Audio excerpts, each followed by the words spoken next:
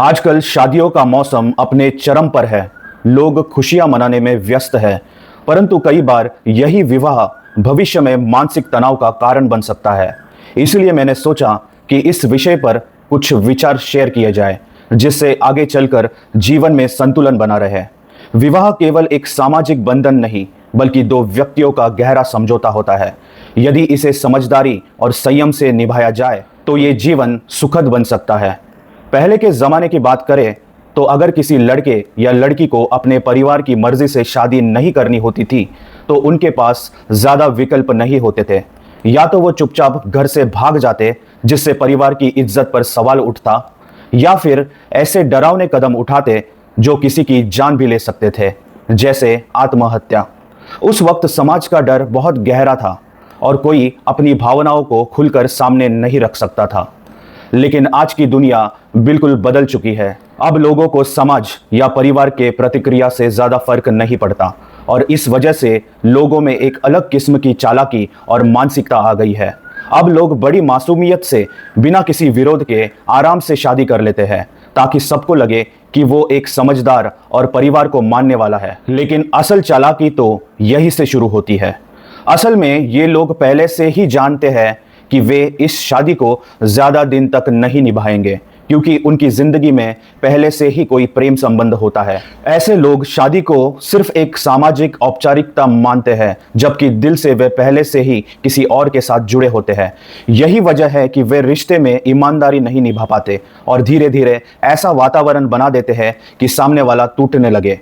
ऐसे व्यवहार से न केवल एक जीवन प्रभावित होता है, बल्कि दो परिवारों की भावनाएं भी आहत होती है। जैसे ही ये शादी होती है, कुछ लोग ऐसा माहौल बनाना शुरू कर देते हैं जहां या तो सामने वाला खुद ही ये कह दे तुम मेरी लाइफ से चले जाओ, या फिर उसे इस हद तक मानसिक और भावनात्मक रूप से तोड़ा जाता है कि वो खुद ही एक दिन चुपचाप सब छोड़कर चला जाए। जब ऐसा नहीं हो पाता, तब वो लोग खुद इस रिश्ते से पीछा छुड़ाने के रास्ते ढूंढने लगते हैं और कभी कभी तो ये रास्ता हत्या या आत्महत्या तक पहुंच जाता है। ये बात बहुत गंभीर है और ये कोई कल्पना नहीं, बल्कि हमारे आसपास हो रही घटनाओं से साफ दिखाई देती है।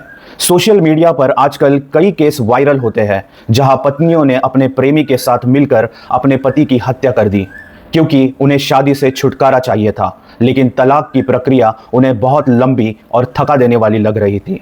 ये कोई इक्का दुक्का केस नहीं है। देश भर में कई शहरों से ऐसी घटनाएं सामने आ रही है। लेकिन ये गलती सिर्फ महिलाओं की नहीं, पुरुषों की ओर से भी ऐसे केस हैं जहां उन्होंने रिश्तों में तनाव या तलाक के डर से पत्नी पर हिंसा की या खुद को नुकसान पहुंचाया। एक युवक ने आत्महत्या करने से पहले अपने सुसाइड नोट में लिखा कि वो 4 साल से चल रहे तलाक के केस से थक चुका है। नौकरी भी गई, समाज में इज्जत भी गई, अब और जीने का हौसला नहीं बचा। लड़कों के लिए ये बात और भी अधिक महत्वपूर्ण है, क्योंकि तलाक के बाद अक्सर आर्थिक परेशानियां उन्हें ही झेलनी पड़ती है, विशेषकर एलिमनी के नाम पर। कई मामलों में देखा गया है कि कुछ लड़कियां और उनके प्रेमी पहले से ही योजना बनाकर लड़के की आर्थिक स्थिति की जांच पड़ताल करते हैं। उनका मकसद ये होता है कि शादी के तुरंत बाद तलाक लेकर एलिमनी की रकम हासिल की जाए। इस पैसे से वे आगे की जिंदगी आराम से जीना चाहते हैं, बिना किसी मेहनत के। ऐसे मामलों में न केवल लड़के का मनोबल टूटता है, बल्कि उसका भविष्य भी आर्थिक रूप से संकट में आ जाता है। अब सवाल ये उठता है कि आखिर ये सब हो क्यों रहा है? एक रिश्ता जो प्यार और सम्मान पर आधारित होना चाहिए था, वो इतना जहरीला कैसे बन गया? और इसका जवाब बहुत सीधा है। शादी से पहले कोई स्पष्ट समझदारी या समझौता नहीं होता। दो लोग एक रिश्ते में बंधने जा रहे हैं, लेकिन उनके बीच ये चर्चा ही नहीं होती कि अगर कल को चीज़ें ना चली तो क्या होगा। हम शादी में कपड़े कौन से पहनेंगे, हल्दी कब होगी, घूमने कहाँ जाएंगे, फोटोग्राफर कौन होगा, ये सब बातें बड़े विस्तार से तय करते हैं। लेकिन उस शादी की असल नींव, यानी भावनात्मक, कानूनी और आर्थिक जिम्मेदारियां, उन पर कोई बात नहीं करता। और यही सबसे बड़ी भूल होती है। इसलिए मैं मानता हूँ कि प्रीनप्चुअल अग्रीमेंट, जिसे आमतौर पर प्रीनप कहा जाता है, यानी शादी से पहले का आपसी समझौता, आज की दौर में हर शादी से पहले अनिवार्य होना चाहिए। ये समझौता किसी पर शक करने के लिए नहीं है, बल्कि ये दो समझदार लोगों के बीच एक ऐसा डॉक्यूमेंट है जो बताता है कि अगर रिश्ता भविष्य में ना चले तो दोनों कैसे शांति से और इज्जत के साथ आगे बढ़ सकते हैं। प्रीनप में ये बातें तय हो सकती है कि कोर्ट में कौन किस हद तक जा सकता है, फिर चाहे वो लव मैरिज हो या अरेंज मैरिज। कुछ लोग इसे रिश्ते की तौहीन समझते हैं, लेकिन मेरा मानना है कि जहां रिश्ता सच्चा होता है वहां पारदर्शिता भी होनी चाहिए। और आज के समय में जब लोग पहले से ही ये सोचकर शादी करते हैं कि अगर चला तो ठीक, नहीं चला तो छोड़ देंगे, और तो और पहले से ही जानते हैं कि वो ये शादी तोड़ने वाले हैं, वहां ऐसा समझौता होना और भी ज्यादा जरूरी होता है। भारत में अभी तक प्रीनप को पूरी तरह कानूनी मान्यता नहीं दी गई है, लेकिन कई हाई कोर्ट ने इसे एक कानूनी कॉन्ट्रैक्ट की तरह स्वीकार किया है। अगर ये आपसी सहमति से बिना जबरदस्ती के बनाया गया हो तो कोर्ट इसे मान सकता है। और आने वाले समय में जैसे जैसे तलाक के केसेस बढ़ रहे हैं, इसकी वैधता और प्रासंगिकता और भी ज़्यादा हो जाएगी। आमतौर पर लोग सोचते हैं कि ये अमीर लोगों के लिए होता है, लेकिन असल में मिडिल क्लास और गरीब वर्ग के लिए ये और भी ज़्यादा ज़रूरी है, क्योंकि जब आपके पास खोने को कम होता है तब हर नुकसान जिंदगी को और भी ज़्यादा चोट पहुंचाता है।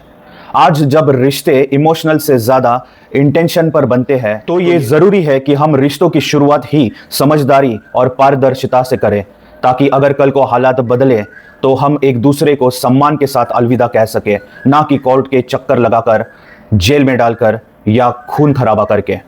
मेरा मकसद किसी जेंडर को टारगेट करना नहीं है, क्योंकि गलतियां दोनों तरफ से होती है। मैं बस इतना कहना चाहता हूं कि जब तलाक इतना मुश्किल बना दिया जाता है कि लोग उसमें सालों फंसे रहते हैं, तब लोग या तो खुद को खत्म करते हैं या अपने पार्टनर को। और इस सब का असर सिर्फ दो लोगों पर नहीं, बल्कि पूरे परिवार पर, बच्चों पर और समाज पर पड़ता है। अगर हम चाहते हैं कि रिश्ते फिर से इज्जत से जिए जाए, और अगर टूटे भी तो शांति से टूटे, तो हमें शादी से पहले ही उस संभावित टूटन की तैयारी करनी होगी। प्रीनप्चुअल एग्रीमेंट ही वो रास्ता है जो आने वाले तूफानों से पहले एक सुरक्षित नाव बन सकता है। मिगांत।